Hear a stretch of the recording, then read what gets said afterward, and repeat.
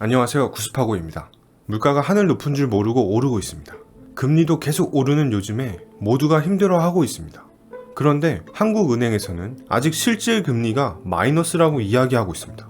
마이너스 금리라니, 각종 대출 금리도 오르고 생활이 힘들어지고 있는 요즘에 무슨 소리인가 생각했지만 언론 기사나 통계 지표를 보니 실질 금리는 마이너스라는 이야기가 맞았습니다. 그렇다면 실질 금리는 무슨 뜻이며 우리는 어떻게 대처를 해야 할까요? 결론부터 말씀드리면 인플레이션은 계속될 것이며 자산은 계속 우상향 된다고 합니다. 인플레이션 게임이라는 책에서는 왜 실질 금리가 마이너스인지, 그리고 우리는 이러한 상황에서 어떻게 대처해야 하는지 알려주고 있었습니다. 인플레이션을 잡기 위해서 올리는 금리가 높다고 생각할지 몰라도 사실은 높은 금리가 아니라는 것이었습니다. 경제 기사를 보다 보면 명목 금리와 실질 금리의 단어가 자주 등장합니다. 예를 들어 작년 월급이 300만 원이었는데 올해 월급도 동결되어서 300만 원을 받았습니다. 그런데 물가가 상승했다면 실제로 월급은 줄어든 효과가 생깁니다. 물건을 살 수 있는 양이 줄어들었기 때문입니다. 명목 월급은 그대로이지만 물가가 올라서 실질 월급은 줄어든 것입니다. 즉, 실질은 명목 빼기 물가 상승분입니다. 이처럼 실질 금리가 명목 금리보다 중요한 이유입니다. 만약 경제 성장이 안 좋아져서 실질 경제 성장률이 마이너스인 상태가 지속된다면 어떻게 될까요? 소비가 위축되고 생산이 줄어서 경제가 침체된다고 예상합니다. 그래서 우리는 금리를 볼 때 명목 금리가 올라도 실질 금리가 어느 정도인지 파악할 수 있다면 투자를 어디에 해야 할지 전략을 세울 수 있습니다. 실질 금리가 플러스인 상황에서는 자산과 물가가 오르는 것보다 은행 이자를 더 주기 때문에 예금만으로 자산을 증식시킬 수 있습니다.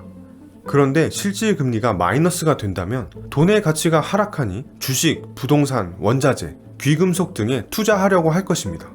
코로나 시기에는 명목 금리도 낮은데 물가만 계속 올랐습니다. 경제 회복과 함께 물가 상승 압력은 있었으나 급하게 올라간 대출로 서민들과 기업이 이자 부담과 경제가 위험할 것 같은 걱정을 했습니다. 이 시기에 중앙은행은 금리 정상화를 제때 하지 못하게 되었습니다. 그래서 코로나 시기에는 주식과 부동산 가격이 급격하게 상승하였습니다. 앞으로 기준금리가 인상되더라도 물가 상승률 이상으로 올리기는 어려워 사실상 마이너스 실질금리는 당분간 이어질 것으로 보입니다. 즉, 금리를 지금 3.5%까지 올렸지만 물가 상승률이 그보다 높기 때문에 실질 금리는 여전히 마이너스라고 이야기합니다. 그렇다면 실질 금리만 보고 투자 여부를 결정할 수 있을까요? 실질 금리가 하락하면 주택 가격이 상승하는 경향이 있습니다. 하지만 실질 금리만으로 실물 자산의 가격을 설정하는 데에는 한계가 있습니다. 실질 금리는 투자자들을 움직이지만 부동산은 수요와 공급 모두 가격에 큰 영향을 주게 되어 있습니다. 실질 금리가 하락하더라도 정부와 민간이 주택 공급을 늘리면 주택 가격이 하락할 수밖에 없습니다.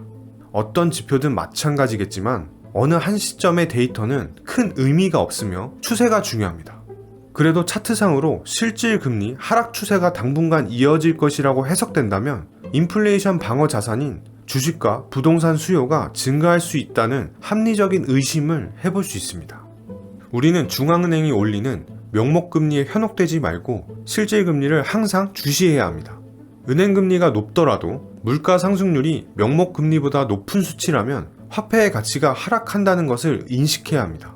그리고 양적 완화가 존재하는 이상 디플레이션은 방어될 것이며 마이너스나 제로에 가까운 실질금리는 우리에게 지속적인 자산 증식의 기회를 만들어줄 것입니다. 저는 인플레이션 게임이란 책에서 실질금리에 대한 이야기를 읽고 우리가 알고 있는 금리가 명목금리인지 실질금리인지를 먼저 파악해야 된다는 것을 알게 되었습니다. 은행에서 각종 금리를 올리고 대출금리도 올린다고 하더라도 실질금리가 마이너스라면 아직 인플레이션을 통한 자산의 가치가 올라갈 수 있다는 점을 알게 되었습니다. 여러분들도 금리 인상에 대한 뉴스를 보시거나 경제 관련 기사에서 금리를 이야기할 때 꼭 명목금리와 실질금리의 차이를 확인한 후에 투자에 대한 전략을 만드셨으면 좋겠습니다. 인플레이션에 대한 더 깊은 이야기를 보시고 싶다면 인플레이션 게임 책을 한번 보시는 것을 추천드립니다. 끝까지 영상 시청해 주셔서 감사합니다. 좋아요와 구독 부탁드립니다. 매일 투자하자. 구스파고.